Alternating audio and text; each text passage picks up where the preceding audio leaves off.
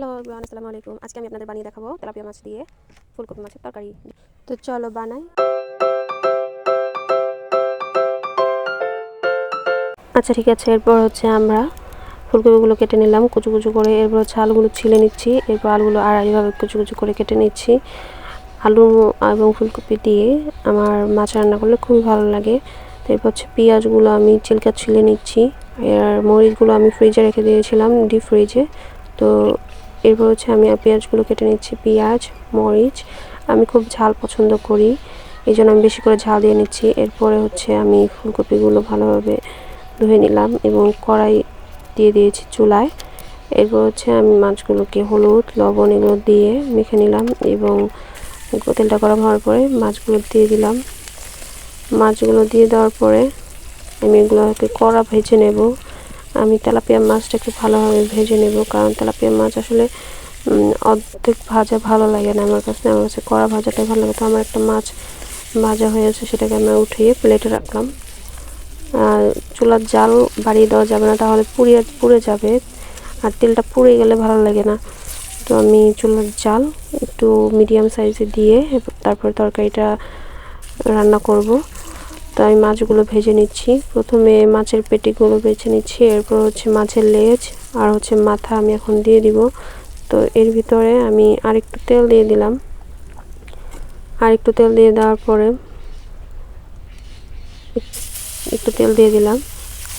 দেখতেছি যে মাছের মধ্যে তেল কম হয়ে গেছিলো, তো আমি মাছগুলোকে উল্টে দিচ্ছি।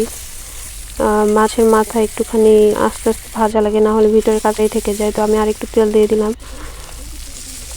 এরপর আমি ভালোভাবে ভেজে নেব। তারপর হচ্ছে আমি কড়াইয়ে যে তেল ছিল ওই তেলে কাঁচামরিচ, পেঁয়াজ দিয়ে দিলাম। এরপর আদা, রসুন, লবণ, হলুদ, মরিচের গুঁড়া সব দিয়ে ভাজা ভাজা করে নিলাম এবং এর মধ্যে আমি এখন একটু পানি দিয়ে দিলাম।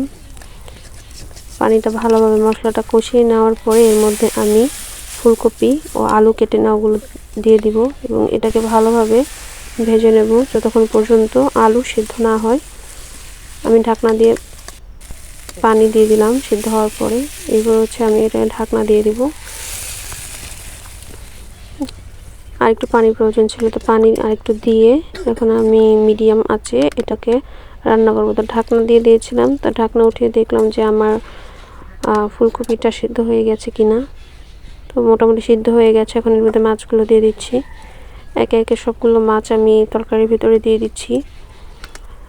এরপর হচ্ছে আমি জাল দিয়ে ঝোলটাকে আরও কমিয়ে নেব। তো ঝোলটাকে কমিয়ে নেওয়ার পরে আমার তরকারিটা খুবই সুস্বাদু দেখাচ্ছে। তো এই হচ্ছে আমার ফিনিশিং। তো এই হচ্ছে আমার তরকারিটা। তো কেমন লাগছে তরকারির কালার, খেতেও খুব সুস্বাদু হয়েছে। ভিডিওটি দেখার জন্য অনেক ধন্যবাদ। অবশ্যই কমেন্টে জানান আপনারা কারা ফুলকপি দিয়ে তেলাপিয়া মাছের তরকারি পছন্দ করেন। ধন্যবাদ সবাইকে।